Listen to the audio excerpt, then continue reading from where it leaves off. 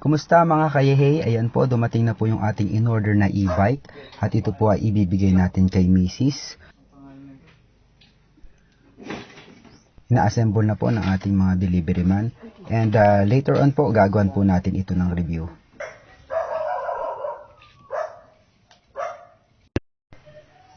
Kumusta mga kayehey? Kung ideal nyo o kung kayo ay nagbabalak na bumili ng e-bike, so ngayon may i-review po tayong e-bike dito. So ang tatak po ng ating e-bike ay tingnan natin, Luda. Yan, Luda po yung tatak niya. Ang motor po niya ay 800 watts. Ang battery po niya ay 60 volts na 23 Ah o amperes.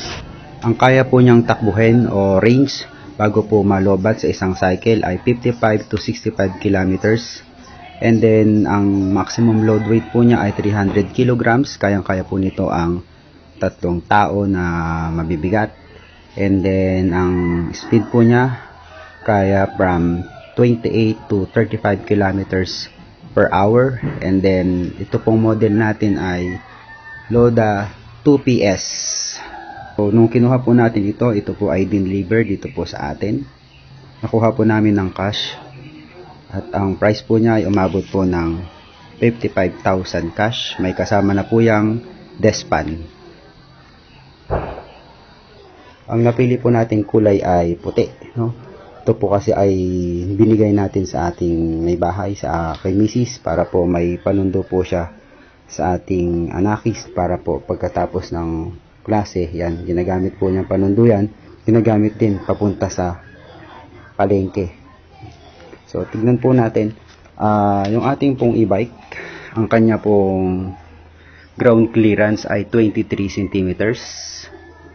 Then, yung kanyang haba naman po ay 205 centimeters o halos 2 metro po ang kanyang haba. Yung taas naman po ay 165 centimeters. Okay. Then, pagdating naman po sa kanyang lapad, tignan natin, mas malapad po yung bandang likuran. So, dito po sa harapan, ang kanya pong lapad ay 57 centimeters. Then, dito po sa likod, ang kanya pong lapad ay 87 centimeters. Ideal po dito sa likod yung mga kaya po niya magsakay ng dalawa, na medyo payat o kaya naman saktuhan lang yung katawan. Kung dalawang bata, kasyang-kasya po dyan. Then, tingnan po natin yung kanyang legroom. So, ako po ay 5 feet 4 inches. So, check po natin. Ayan. So, ayan po yung legroom niya. Medyo saktuhan lang kapag nasa 5 feet 4 kayo. Kung medyo mas malaki kayo, medyo masikip na konti. Ito naman po yung para sa likod. Ayan.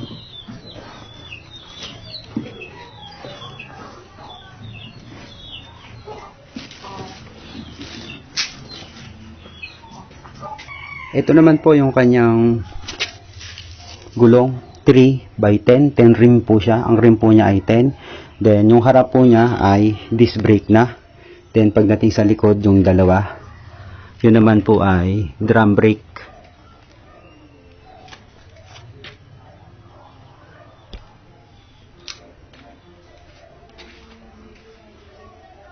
Yan. So, ayan po yung kanyang gulong. Ang size po ay 3 at ang rim niya ay 10. So, meron na rin po siyang turn signal. Yung turn signal po niya nandito. Sa malapit sa side mirror, meron dyan. And then, meron din po dito. Okay. And, dito po sa likod, meron din. Yan. So, ito po itsura ng kanya likod. Pagdating naman po sa suspension, check po natin ilalim. Ito po yung kanyang ilalim o suspension. Nakikita nyo po, meron po tayong dalawang shock dito. So, hindi po siya ganong matagtag kapag tayo po ay dumadaan sa bumpy road. Yan, so, yan po yung isa, and dalawa. So, ito po yung kanyang makina. Then, isa pa po sa nagandahan ko dito sa model na ito o sa brand na ito, bukod po sa kanyang ibang feature, so meron po siyang, bukod po dito sa kanyang basket sa likod, ayan, may compartment po tayo dito sa likod, basket, yan, open po yan. Pwede nyo rin pong buksan yung kanyang upuan sa likod. Ito pong upuan niya sa likod ay pwede nyo gamitin compartment.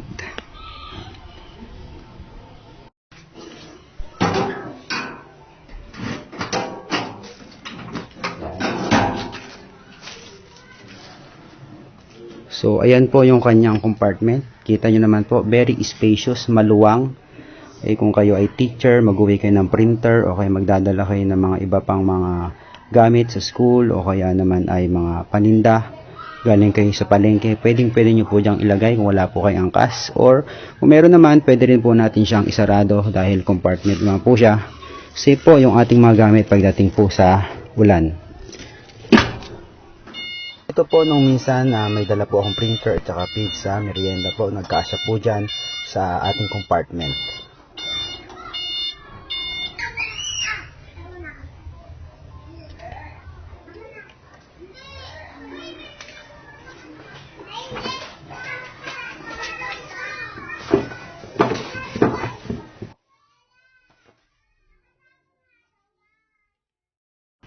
And speaking of ulan po, nung binili po natin ito, meron na po siyang freebies na tarapal. Yan, covered po lahat yan mula gilid hanggang sa likod. Kasama na po yan pag binili nyo po yung unit. Tingnan pa po natin yung ibang picture. Okay, isindi po natin o paandarin po natin yung ating e-bike. Pag pinaandar po natin itong e-bike natin, may dalawang paraan. Una, pwede po tayong gumamit ng with key.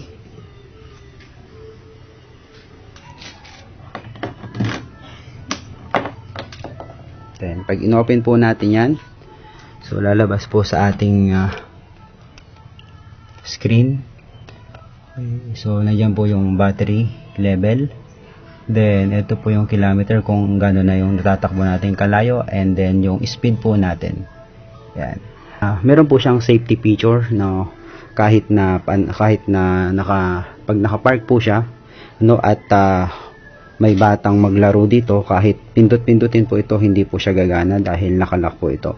No, so kapag inopen po natin, yan, may sensor po yan, kapag naka-release po yung lock, yan, pwede na po siyang gumana.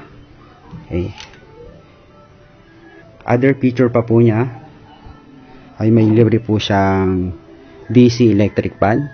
Yan. Kapag mainit ang inyong biyahe, pwede kayong gumamit o naghihintay, pwede nyo siyang gamitin. Yan, umiikot din po yan. Kasama na po yan. Then, meron din po siyang Bluetooth connection. So, kung gusto nyo mag-sound habang kayo ay bumabiyahe, meron po. Nandito po yan, no, yung ating connection dito. Bluetooth mode. Yan, Bluetooth mode. Tapos, kukonekta na lang po kayo. So, kapag naka-open po siya, o kapag nabuksan nyo na po yung e-bike niyo, ay naka-on po yung kanyang daylight, and kahit naka-on din po yung kanyang crown light. So, as daylight po siya for added protection para pansinin po kayo sa daan. Ngayon, ito pong crown light niya, pwede nyo naman po siyang hindi isindi.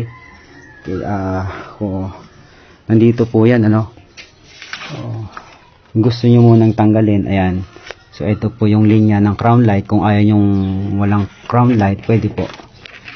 Pero, for added protection, mas maganda po ay huwag nyo nang tanggalin kasi para mas kitang-kita po kayo sa daan. Anyway, LED naman po yan, hindi po siya ganun kalakas sa konsumo ng baterya. Sa gabi po, ito po ang itsura ng ating e-bike.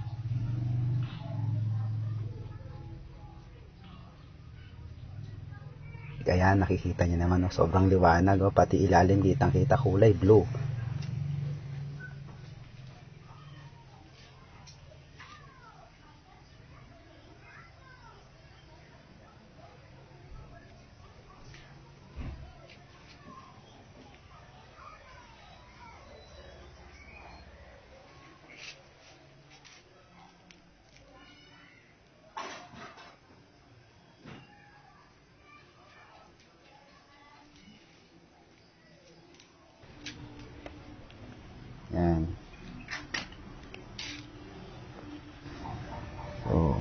check po natin yung turn signal. Yan. Pag kayo pupunta sa kanan, yan po yung kanyang turn signal. And then, meron pa rin po siyang hazard. Yan. Naka-hazard po tayo. Kung nagpa-practice pa lang, yung inyong driver, yan, pwede po siyang gumamit ng hazard.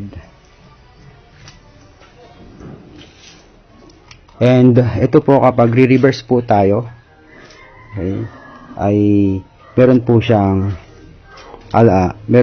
signal. Kung ayaw nyo naman pong gamitin yung inyong mga susi, pwede rin po siya na keyless entry. So, close lang muna natin. Then, ito po yung kanyang control o yung kanyang remote control. So, ito po yung for protection. Okay, kung ilalak po natin siya para kunyari may umupo sa ating e-bike ay mag-alarm po siya. Yan. Yan, kapag medyo naka-sense po siya ng something na sumakay sa kanya or nasagi siya, mag-alarm po siya. So ito naman po yung off ng ating alarm. Yan. Then kung gusto niyo pong keyless entry, yung pangatlo po, itong signal na ito, itong symbol na ito, double press lang po natin. Yan, so naka-open na po yan. So, hawak ko po yung susi at naka-open na po yung panel board natin. Pwede nyo na po siyang ilagay dito sa ating cup holder. Yan, meron po siyang built-in na cup holder. And then, may lalagyan din po siya dito ng ating mga other things sa gilid. Ito po yun, So, cup holder. Then, kung may gusto kayong ilagay na mga susi or medyo maliliit na bagay, meron po siya ditong compartment na maliit. Yan. So, ito po yan. Yun, kung ayaw nyo na pong gamitin o papatayin nyo na po at keyless entry ginamit nyo, i-unlock lang po natin. Pindot lang po natin ito. Yan. Okay. Again, pag keyless entry po, double po na pindot lang ito.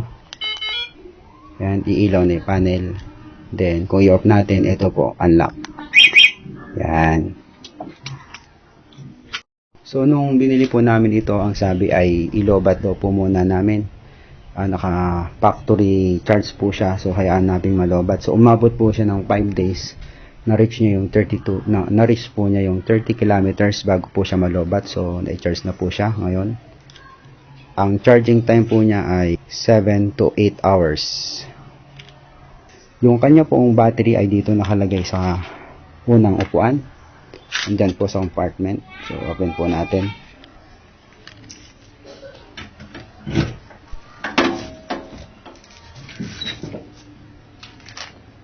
So, ayan po yung kanyang battery. Sa ibabaw po, ito po yung ating controller. Then, ito po yung free na charger pag binili nyo. Ayan. And then, ayan po yung ating battery. Ang battery po natin ay lead acid na 60 volts, 23 amperes. Sa mga mahihilig pong mag-build ng DIY na lithium iron phosphate. So, pag naubos na po o nagamit na po natin itong battery natin, magkakaroon po tayo ng review para test po natin, papalitan po natin ng battery ng iron phosphate battery. And according po sa technician, pwede naman daw po. Then, ito po yung kanyang charger. Yan.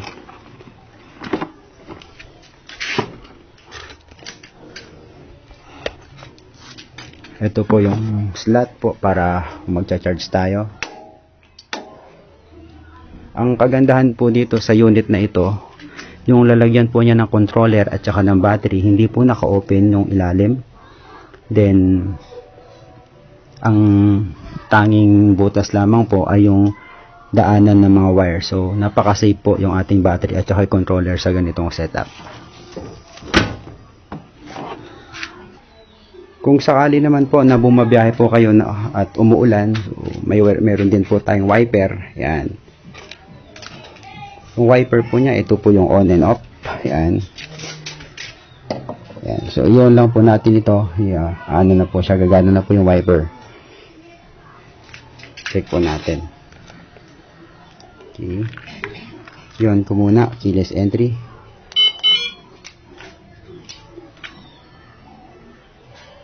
Yan po yung wiper niya.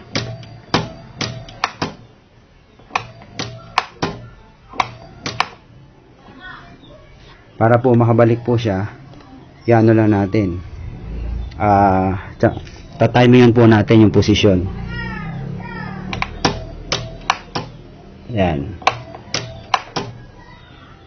So, ayan po. So, napaka-convenient po pag bumibiyahe po tayong umuulan, pero kang tarapal, no? Highly covered po yung buong unit. At the same time, meron po siyang wiper. Para naman po i-operate, simple lang naman po ito.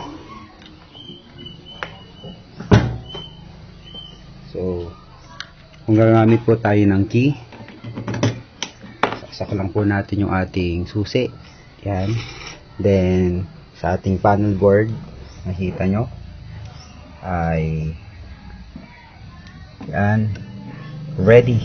Pwede na po siya. Sa atin pong panel dito, so ito po yung D, drive, paabante, and then pag pinindot po natin tong R, reverse. Okay, then ito po yung high, low ng ilaw. Okay, kung gusto natin i-on yung ilaw, ito po yan. Yan, then high, low.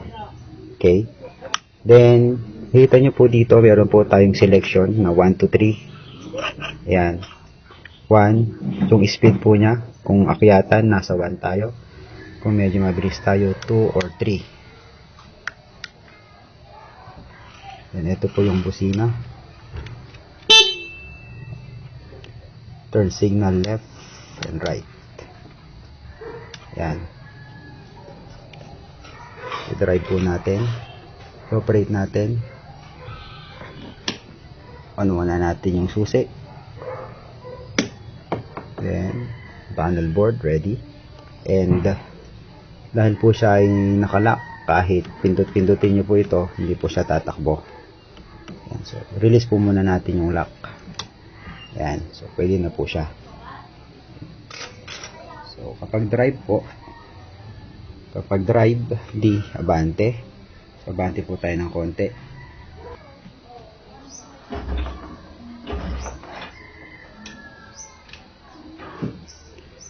Then, kapag atras naman po tayo, pindutin lang po natin tong R o reverse. So, may tutunog po tayong sound dyan pag pinindot po natin tong R. Yan.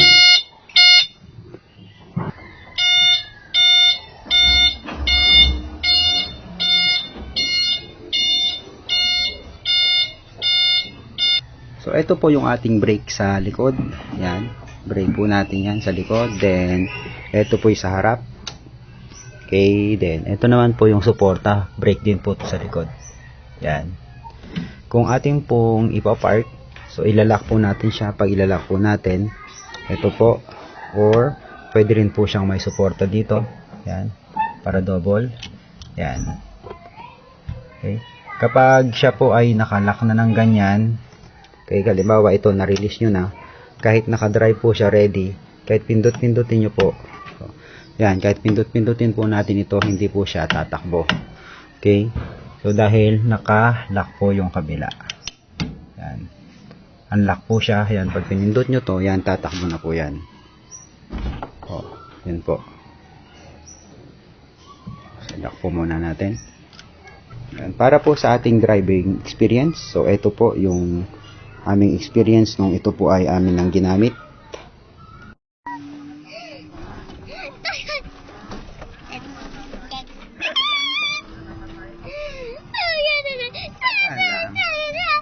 Mabilis ba si mami, anak?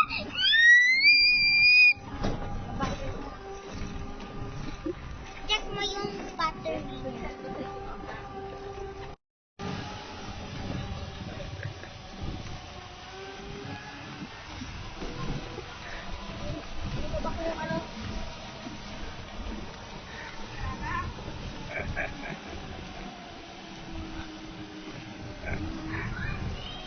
Ay, Audrey daw. Hello! Audrey. Nag-circle pa siya.